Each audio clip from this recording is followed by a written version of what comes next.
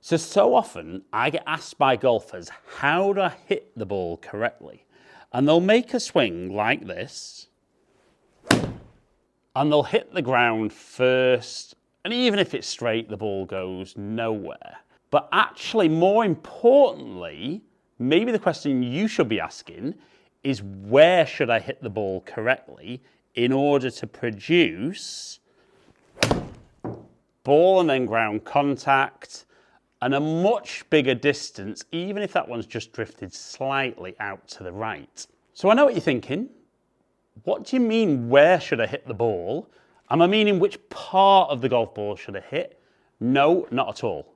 I'm talking about where we need to make contact with the golf ball during the swing in order to make sure we hit ball and then ground in that order and give you a nice powerful strike that transfers the energy from the club to the ball and gets you picking up that distance.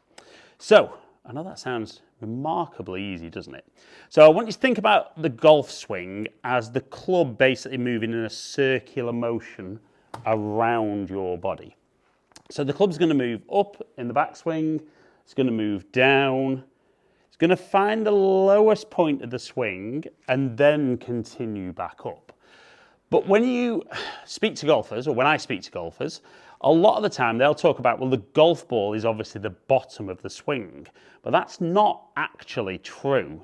So what we want to do is we want to make the club move around that circle, and we want to collect the golf ball, then reach the lowest point of the swing, and then continue through. And the lowest point of the swing should actually be into the ground. So I know what you're thinking, right, low point then suddenly sounds like a really important thing, and yet most golfers aren't really aware about low point and how they control it. So I'm just going to play those first couple of swings back, and what we'll see with the first swing is you can see where I make contact with the ground is clearly behind the golf ball, so the low point was behind, and that's why I fatted it, and that's why it went nowhere. But when we look at the second swing, we see a very different contact point with the ground.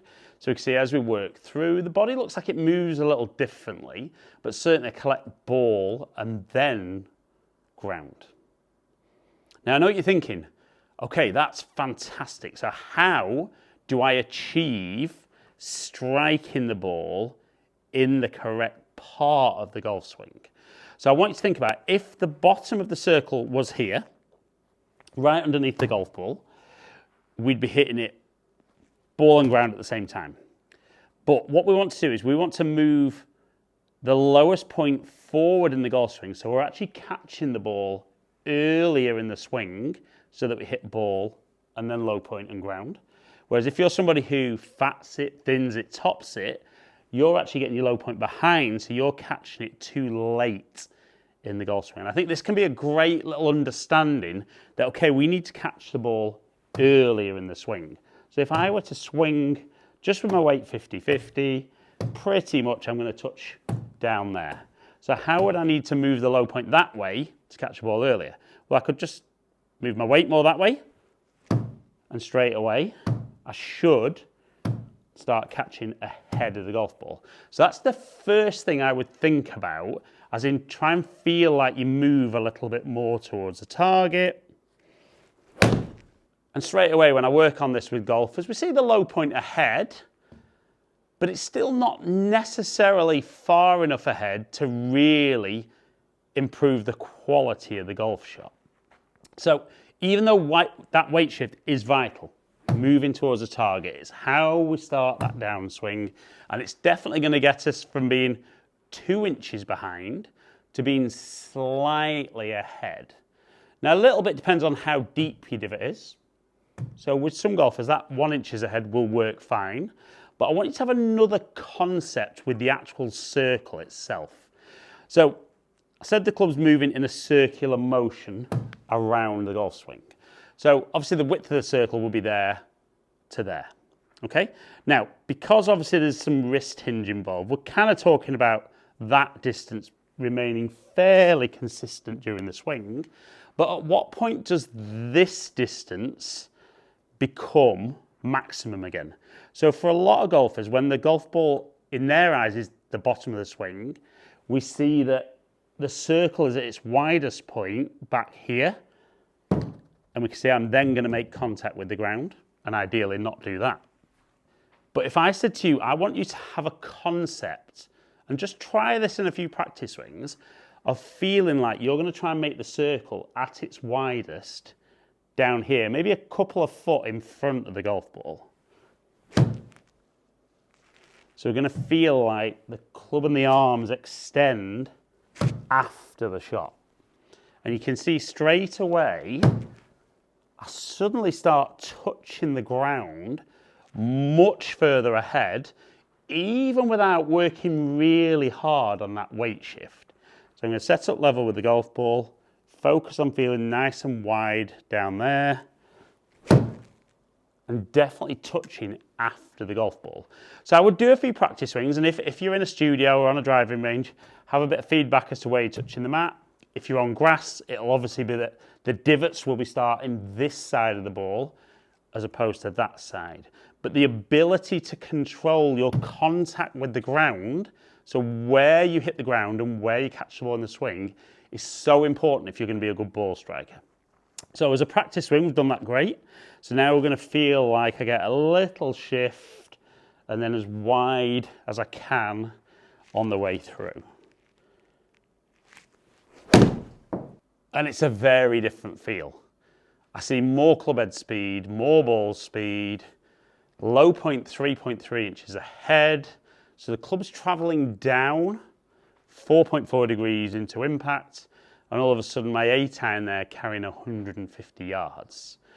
Now, that low point, like I said, so important. And I mentioned there about the angle of attack being 4 degrees down.